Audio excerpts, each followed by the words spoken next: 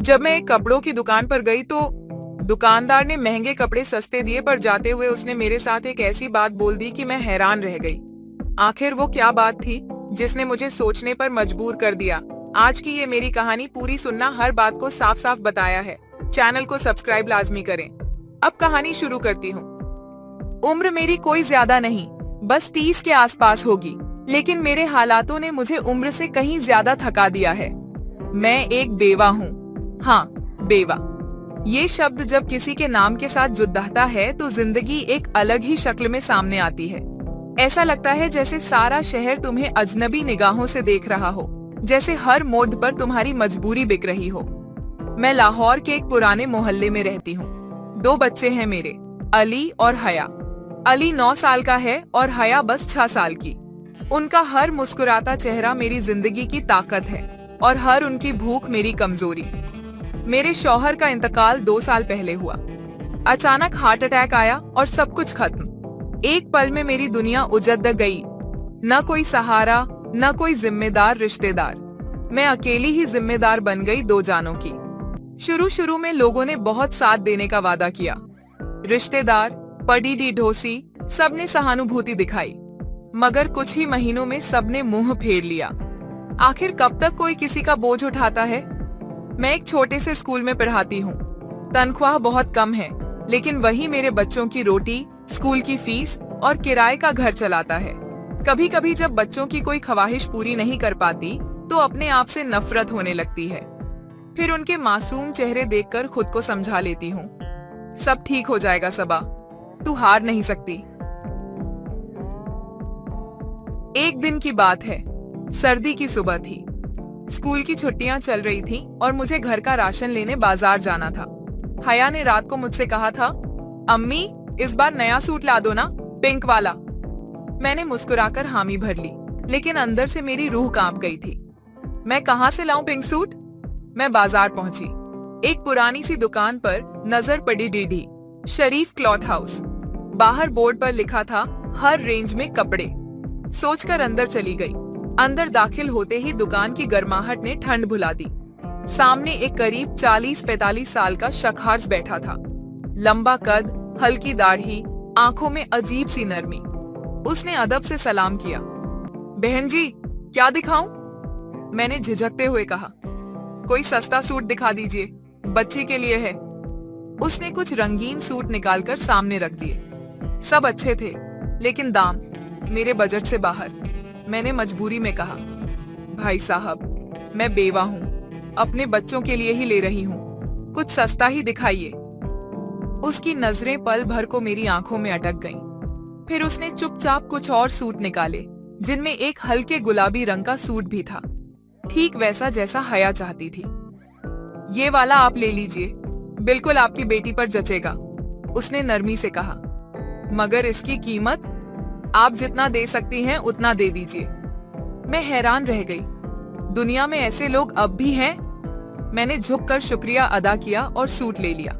जाने लगी तो उसने फिर रुकवाया। अगर बुरा ना माने, एक बात कहूं?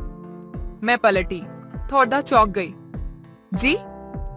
मैं भी अकेला हूं। मेरी बीवी का इंतकाल 3 साल पहले हुआ था। एक बेटा है, वो भी बाहर रहता है। दुकान है, कमाई भी ठीक है, मगर घर वीरान है। वो चुप हो गया। मेरे दिल की धड़कन एक पल को रुक सी गई। अगर आप चाहें तो हम एक साथ इस अकेलेपन से लड़ी साथ गिरगट सकते हैं। मेरे पांव जैसे जमीन में जम गए। कुछ भी समझ नहीं आ रहा था। मैं चुपचाप वहां से निकल आई, लेकिन उस रात नींद नहीं आई। दिमाग में वही बात घूमती रही। क्या सच में एक और मौका मिल सकता है जिंदगी को? क्या मैं फिर से किसी का सहारा बन सकती हूँ, या फिर ये सब एक धोखा है?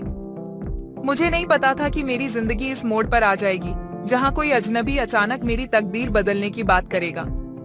उस दिन की मुलाकात जैसे मेरे अंदर कुछ नया पैदा कर गई थी। दुकानदार, जिसका नाम हाशिम था, उसने मुझे कपड़े भी सस्ते में दे दिए और जाते जाते कहा, खाला जी, अल्लाह ने हर इंसान के लिए किसी को बनाया है, शायद आपके लिए भी कोई इंतजार कर रहा हो। मैंने मुस्कुराकर सर हिलाया और सोचती हुई बाहर निकल आई। रास्ते भर मेरे जहन में उसके लफ्ज गूंजते रहे। हाशिम की आंखों में जो नरमी थी वो अजनबी नहीं लगती थी, लेकिन मैंने खुद को झटक दिया। नहीं सबा, तू एक माँ है, तेरे बच्चे तेरी जिम्मेदारी हैं। कोई मर्द तुझसे सच्चा प्यार क्यों करेगा? मगर मैं जितना उसे भूलने की कोशिश करती, उतना ही उसका ख्याल दिल के करीब आता चला गया। अगले दिन मैंने रोज की तरह बाजार जाना चाहा, लेकिन दिल में एक हल्की सी उम्मीद थी, शायद फिर मुलाकात हो जाए। जब मैं कपड़ों की उसी दुकान के सामने पहुंची तो हाशिम दरवाजे पर ही खड़ा था। खाला जी, आज फिर तशरीफ लाई हैं? मैंने मुस्कुराकर जवाब दिया, हाँ, बच्चों के लिए 1-2 जोड़े और लेने हैं। इस बार वो मुझे अंदर तक ले गया, एक कुर्सी पर बैठाया और पानी लाया। दुकान में उसके साथ काम करने वाला नौजवान मेरी ओर देखकर मुस्कुरा रहा था। ये हमारी अम्मी की जगह है, समझे? हाशिम ने उस लड़के को डांटते हुए कहा। मैं हैरान रह गई, कौन था ये मर्द? क्यों इतनी इज्जत दे रहा था मुझे? फिर एक दिन मैं अपने बेटे के स्कूल से लौट रही थी कि पीछे से आवाज आई, खाला जी, अगर बुरा ना माने तो कुछ बात करनी है। मुड़कर देखा तो हाशिम था। उसके चेहरे पर संजीदगी थी।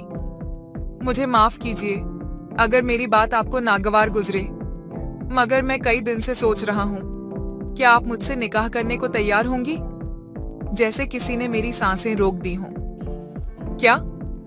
मैं जानता हूँ आप एक शरीफ, इज्जतदार औरत हैं, और मैं भी अकेला हूँ। मेरी बीवी को गुजरे 2 साल हो चुके हैं। आपके बच्चों को भी बाप का सहारा मिल जाएगा और मुझे एक नेक बीवी मिल जाएगी। मैं चुप रही। दिल में तूफान था, सवाल ही सवाल थे। क्या ये सब मजाक है? क्या वो मेरा फायदा उठाना चाहता है, या फिर वाकई अल्लाह ने मेरे लिए कोई रास्ता खोला है? उस रात मैंने नमाज पढ़ी और बहुत देर तक दुआ करती रही, या रब मेरी राह आसान कर दे, मेरे बच्चों के लिए जो बेहतर हो वो फैसला कर। मेरी नींद उड़ी हुई थी। बच्चे गहरी नींद में थे। मैं उनके सोते चेहरों को देखती रही। क्या ये शख्स उनके लिए एक अच्छा बाप साबित होगा? फिर कुछ दिन हाशिम से कोई बात नहीं हुई। उसने कोई दबाव नहीं डाला। मैंने महसूस किया कि वो मेरे फैसले का इंतजार कर रहा है। अंदर से मेरी हालत अजीब सी हो चुकी थी। कभी हाँ लगती थी, कभी ना। अचानक एक दिन मेरी छोटी बेटी बहुत बीमार हो गई। उसे लेकर जब मैं अस्पताल पहुंची तो डॉक्टर ने कहा कि दाखिल करना पड़ेगा। मेरे पास पैसे नहीं थे। मैं बिल्कुल टूट चुकी थी, रोने लगी। या अल्लाह, अब क्या करूं? तभी किसी ने पीछे से कंधे पर हाथ रखा। खाला जी, मैं हूं ना? मुड़कर देखा, हाशिम था। उसने बिल भर दिया, दवा दिलवाई और मेरी बेटी को गले लगाया जैसे उसका खुद का खून हो। उस रात मैं रोई, बहुत ज्यादा रोई, मगर इस बार आंसुओं में डर नहीं था, सुकून था। आखिरी सवाल, क्या आप मेरे बच्चों को अपना नाम देंगे? मैंने पूछा। मैं आपके बच्चों को अपना प्यार दूंगा, नाम तो वैसे ही मिल जाएगा, हाशिम ने जवाब दिया। बालाखिर उसने मेरे बच्चों को अपना नाम और प्यार देने का वादा किया तो मैंने भी अपना फैसला कर लिया और शादी के लिए हाँ कर दी। लेकिन शादी के बाद उसने जो मुझे इज्जत दी, मेरी सोच में भी नहीं था। अब मैं जिंदगी में बहुत खुश हूँ और अपने बच्चों और अपने शौहर के साथ मेरी जिंदगी खुशगवार चल रही है।